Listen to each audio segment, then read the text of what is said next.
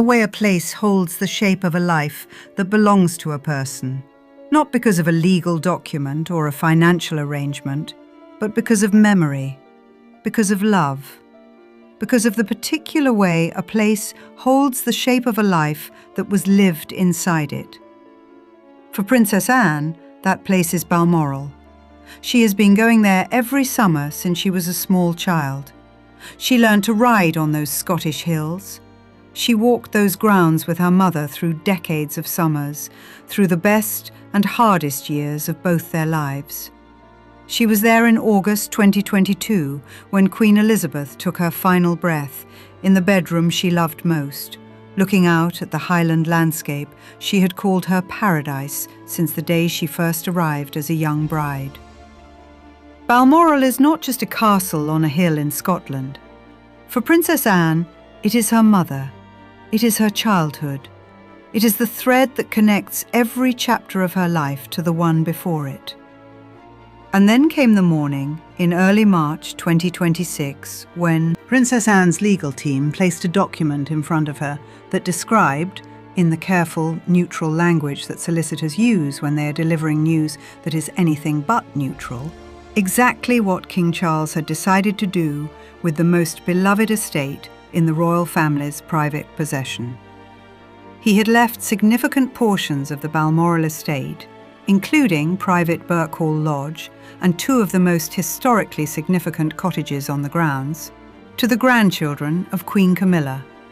Not to Anne. Not to Anne's children. Not to any member of the family whose connection to that land stretched back through generations of royal summers and royal memories. To Camilla's grandchildren, the children of Camilla's children from her first marriage. Children who did not grow up running across those grounds. Children who did not sit beside Queen Elizabeth at that particular dining table or walk that particular stretch of river at the end of a long August day. Princess Anne's reaction, in the words of a source close to her household who spoke to a trusted British journalist shortly afterward, was unlike anything those around her had seen before. She was, they said, utterly devastated. And today we are going to tell you the full story, every piece of it. How this decision was made, why Charles made it, what it means for Princess Anne and her family, and what it tells us about the new shape of the House of Windsor, under a king who is, it increasingly appears, rewriting the rules of royal inheritance in ways that nobody, not even the people closest to him, saw coming. We are going to take our time with this, because you deserve to have it explained properly. So settle in, and let's begin at the very beginning. Before we get into the details of what Charles has done, I want to make sure everyone watching understands clearly what Balmoral is and why it matters so much in this story. Because if you don't fully understand what Balmoral represents to this family, you can't fully understand why what Charles has done is so devastating to Princess Anne. Balmoral Castle and its surrounding estate sit in the Cairngorms National Park in the Scottish Highlands. It covers roughly 50,000 acres. That is an enormous piece of land, rolling hills and ancient forest, and the River Dee running through it. It has been in the royal family since 1852, when Prince Albert purchased it privately for Queen Victoria as a retreat from the demands of public life. Victoria adored it. She described it repeatedly as the most beautiful place she had ever seen. She spent every autumn there and considered it the one place in her extraordinary life where she felt entirely at peace. Every monarch since has continued that tradition. Every summer, the royal family decamps to Balmoral for several weeks.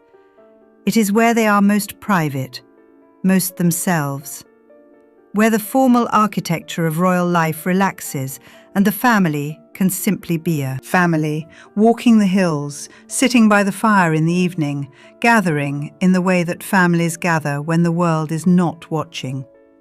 Queen Elizabeth loved it above all her residences. She was never more visibly relaxed than she was at Balmoral. She continued driving herself around the estate in her Land Rover well into her 90s. She walked the grounds in all weathers. She received her prime ministers there for their summer audiences and then disappeared back into the hills as soon as the official duty was done. And she died there, on September 8th, 2022, in the bedroom she knew best, with the landscape she loved outside the window. For Princess Anne, who was among the family members who gathered at Balmoral in those final days, the estate is inseparable from her mother, from her grief, from the particular texture of 50 years of shared summers in a place that felt, more than anywhere else, like home.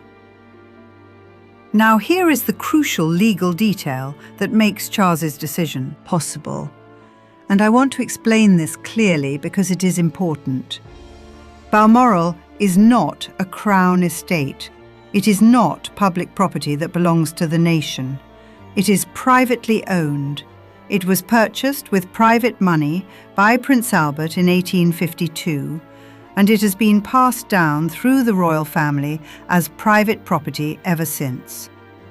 This means that the monarch does not have an automatic obligation to pass it to the next monarch. It can be left to anyone. In theory, the king could leave it to whoever he chooses. Queen Elizabeth left it to Charles. That was her decision, and it was the expected one. Charles, as the new king, became the private owner of Balmoral in September 2022.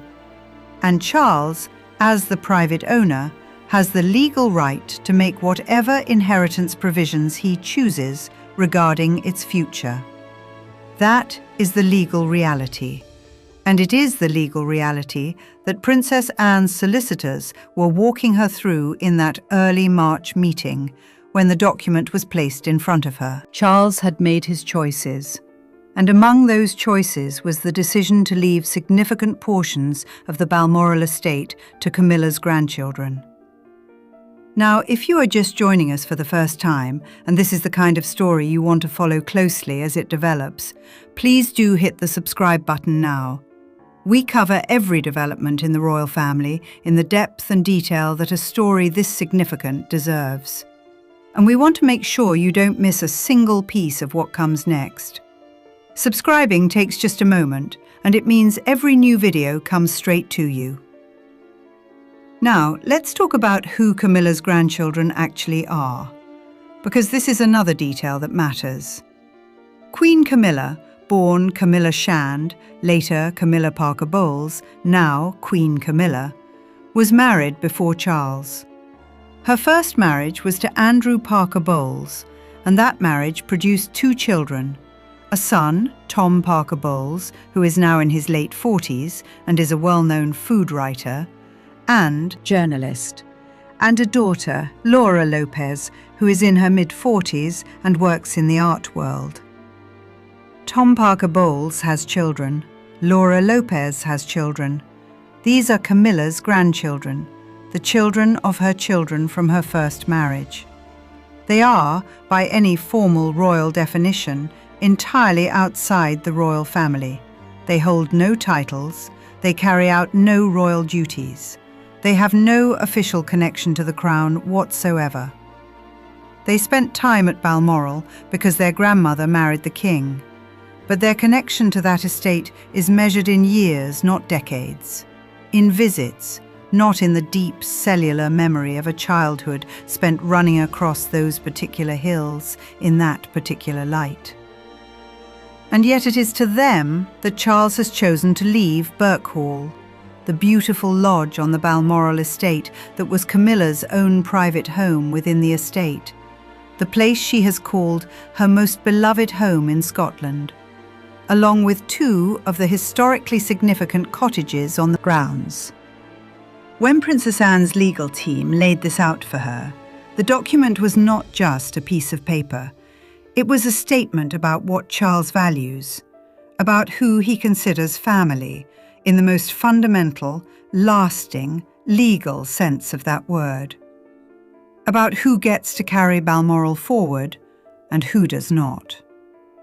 And Princess Anne, whose children and grandchildren have spent their own summers on those grounds, whose connection to that land runs deeper than any visit or any in-law relationship, was not in that document in the way she expected to be. The devastation, by all accounts, was total, and it was quiet.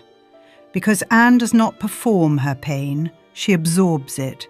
She takes it in and she holds it, in the way that people of her generation and her particular character have always held the unbearable things, without spectacle, without public display, with a dignity that can sometimes make people underestimate how much is actually being felt.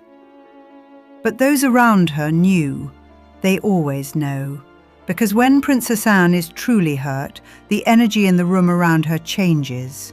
She doesn't say less, she was never particularly talkative in the first place, but something goes still in a way that is different from her ordinary stillness. Something withdraws. That withdrawal happened in early March 2026, and it has not entirely lifted since. Now let's ask the question that is on everyone's mind. Why did Charles do this? Because the why matters enormously. The difference between a decision made with full awareness of its impact and a decision made without thinking clearly about the people it affects is a meaningful difference. And understanding which of those this was tells us something important about the state of the relationship between Charles and his sister. There are 3 theories that have emerged from people close to the situation, and we are going to go through all 3 of them honestly. The first and most straightforward theory is love. Charles loves Camilla. He has loved her, in one form or another, for most of his adult life. The road they travelled to get to where they are now was long and painful and cost both of them a great deal. And in the autumn of a reign that he knows may not be as long as he would wish, Charles is thinking about the woman he loves and what her future looks like after he is gone. Birkhall is Camilla's home in Scotland. It is the place she has always felt most herself on the Balmoral estate. Leaving it to her grandchildren means leaving it to the people she loves most. It means ensuring that the place she thinks of as hers continues to belong, in some meaningful sense, to her family after both she and Charles are gone. From that perspective, Charles's decision is simply the act of a husband and a father, or in this case, a step-grandfather, trying to protect the people he loves. That explanation is human and understandable, and it is almost certainly part of the truth. But it does not fully account for why protecting Camilla's grandchildren required leaving Anne's family out. It does not explain why the provisions could not have been structured in a way that honoured both the family who came to Balmoral through marriage and the family whose bones are in that ground. Which brings us to the second theory. The second theory is about Charles's health and the urgency it has created. Charles's cancer diagnosis, which became public in early 2024, has fundamentally altered the atmosphere inside the palace. There is a heightened awareness among those closest to him that the timeline is uncertain, that the decisions that need to be made about the future should be made now, while he has the clarity and the energy to make them properly.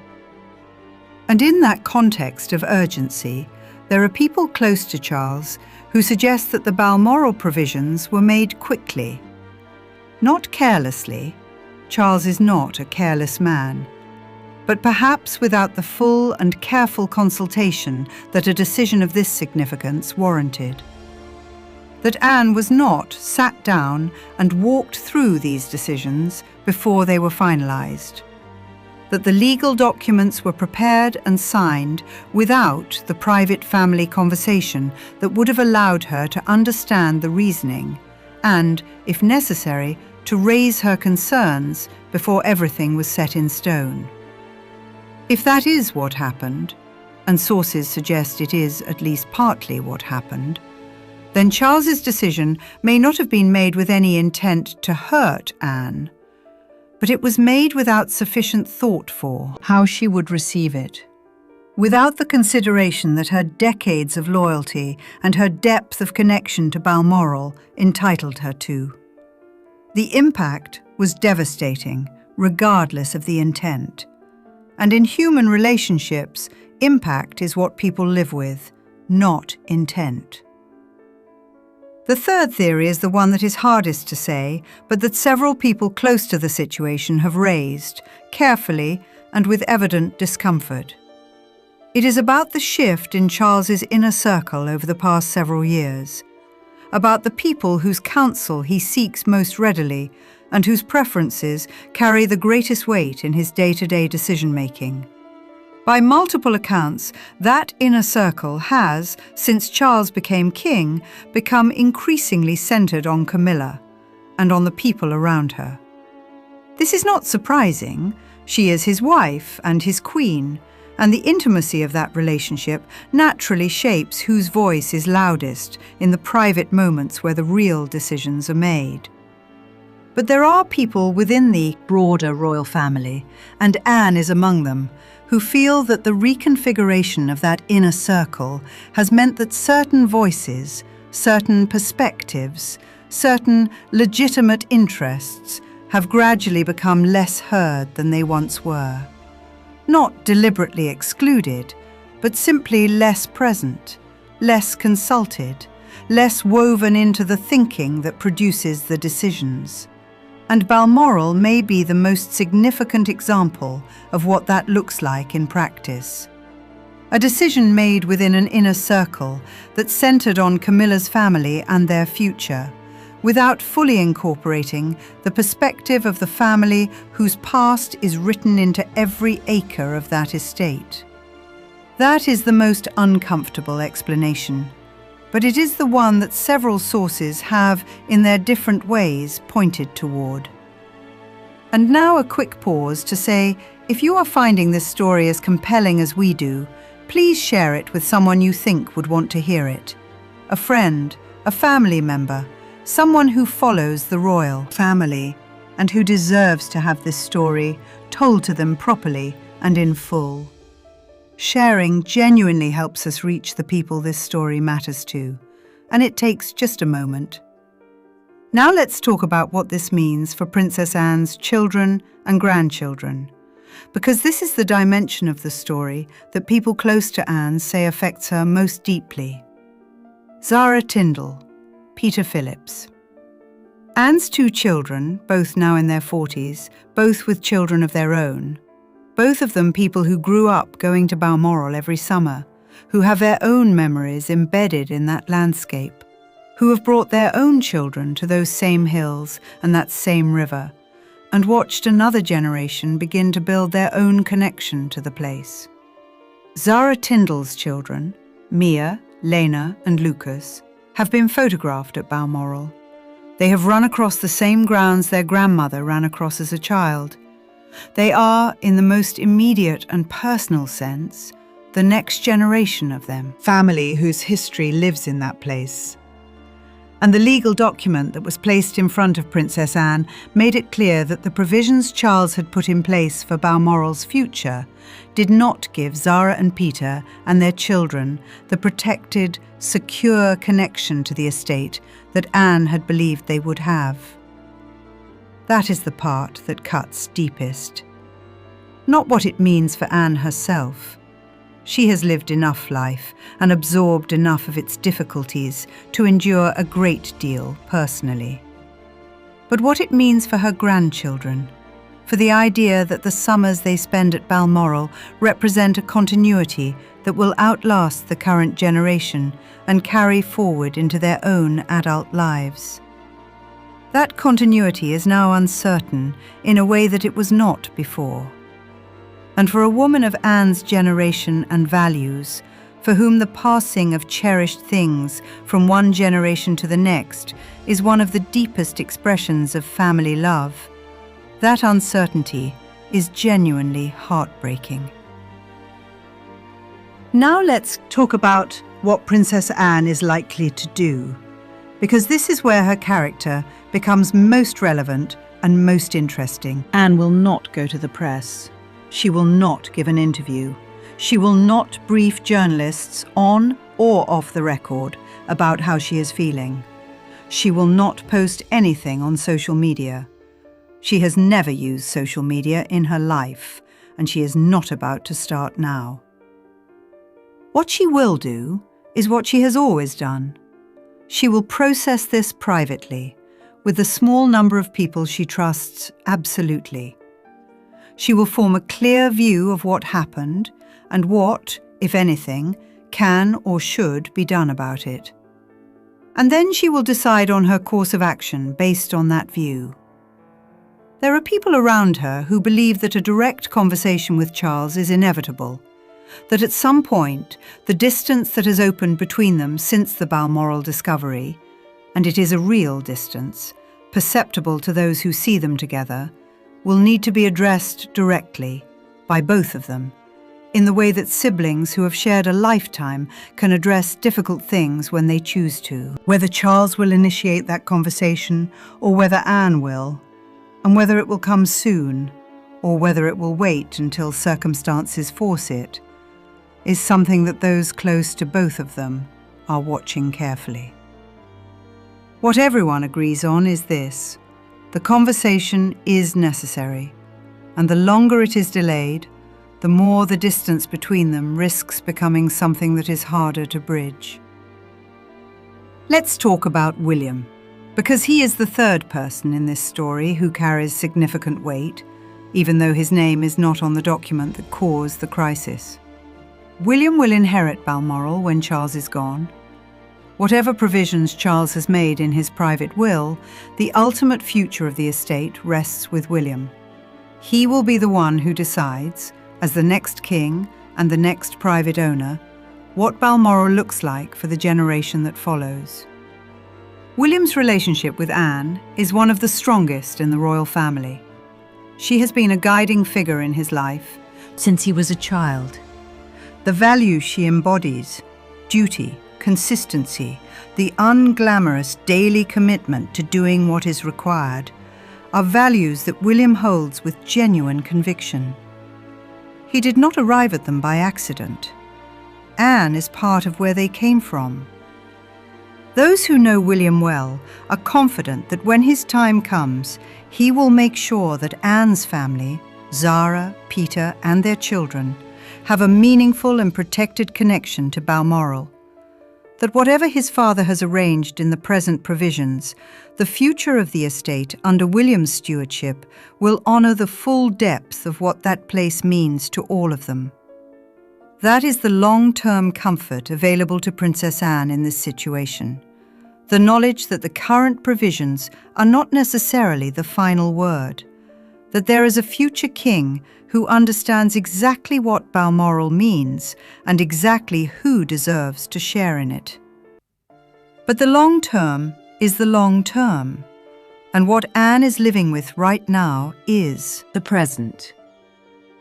The document that described what her brother has decided, the knowledge that the grandchildren of Camilla Parker Bowles will have legal security over portions of the estate that her own grandchildren do not have. That is what she is carrying, and it is not a light thing to carry. Let's spend a moment on the broader picture, because I think this story is one piece of a larger pattern that has been developing inside the royal family over the past year. And understanding that pattern helps make sense of why this particular moment has landed with such weight. We have talked before on this channel about the Balmoral will provisions that excluded Anne from the inheritance arrangements, about the Save the Children appointment that placed Camilla in the centre of a charity Anne had built over 40 years. about the restructuring discussions in which Anne's formal request was declined while Camilla's preferences were accommodated. Each of those stories is significant on its own.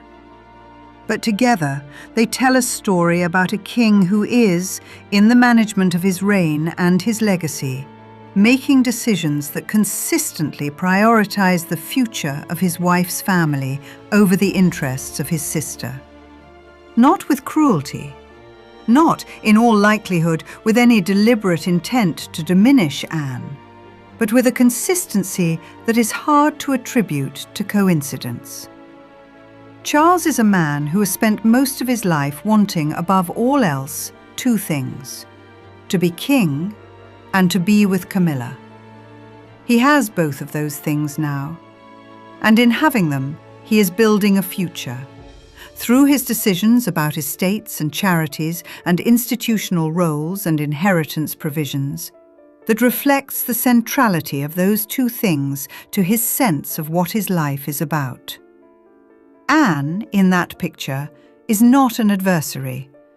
She is not someone he wishes ill. She is his sister, and he loves her in the complicated, sometimes inadequately expressed way that siblings who share a particular kind of life love each other. But she is not at the center of the picture he is painting of his reign and its legacy. And the accumulation of decisions that has made that clear to her, one after another over the past year, has produced something that those around her describe as a kind of quiet crisis of belonging. Not a dramatic rupture, not a visible falling out, but a growing, painful realization that the institution she has given her life to, and the brother she has stood beside through everything, see her future differently from how she sees it herself. And Balmoral, the place she loves most in the world, the place most saturated with the presence of the mother she misses every day, is the sharpest expression of that realization. We are going to continue following this story very closely as it develops. There are conversations happening within the palace right now, some of them through formal, legal and estate management channels, some of them between family members who are trying to find a way through a situation that nobody, on any side of it, wanted to be in. We will bring you every development as it emerges. And if you want to make sure you receive every update directly, please subscribe to this channel right now and turn on your notifications. That way, nothing gets past you. It takes just a moment, and it makes an enormous difference to us. Now, let's end where we began, with the place itself. Balmoral in late summer, the heather on the hills turning purple, the River Dee running cold and clear through the valley, the castle rising against a sky that is enormous and pale, and the particular shade of blue that you only see in the Scottish Highlands in August. Queen Elizabeth walked those grounds for the last time in August 2022. Princess Anne has walked them every summer for as long as she can remember. The children she raised walked them. The grandchildren those children have given her are walking them now. That is what Balmoral is. That is what Charles's document has made uncertain. Not just a property, not just a legal provision, but the physical place where the most important parts of Princess Anne's life have happened, where the people she loves most have been most fully themselves, where her mother was most alive. And the knowledge that portions of that place, the lodge, the cottages, the particular stretches of ground where the memories live, will formally belong, one day, to people whose connection to it is measured in years rather than in the full depth of a lifetime, is a knowledge that Princess Anne will carry with her every time she walks through that valley. She will carry it quietly, because that is who she is. She will carry it without bitterness if she possibly can, because bitterness is not in her character. but she will carry it. Every step of every future walk along the River Dee. Every August morning when the mist is still on the hills and the day is just beginning, and the estate is as beautiful and as heavy with memory as it has always been. She will carry it. And the House of Windsor, which has asked so much of this woman for so long, should know the weight of what it has placed on those shoulders. She has earned so much better than this. Thank you so much for watching today all the way to the end. It truly means a great deal to us that you stayed with this story through all of it. If it moved you, and I know for many of you it will have, because what happened to Princess Anne is the kind of thing that resonates with anyone who has ever felt overlooked by the people they love most, please leave us a comment below. Tell us what you think. Tell us what you feel. We read every single one, and your thoughts genuinely shape the stories we cover next. And if you are not yet subscribed to this channel, please do it now. We are here every week with stories told in full, at the pace they deserve, for people who want to truly understand what is happening inside one of the most extraordinary families in the world. Click subscribe, turn on the bell, and we will see you in the next one. Thank you. We will see you soon.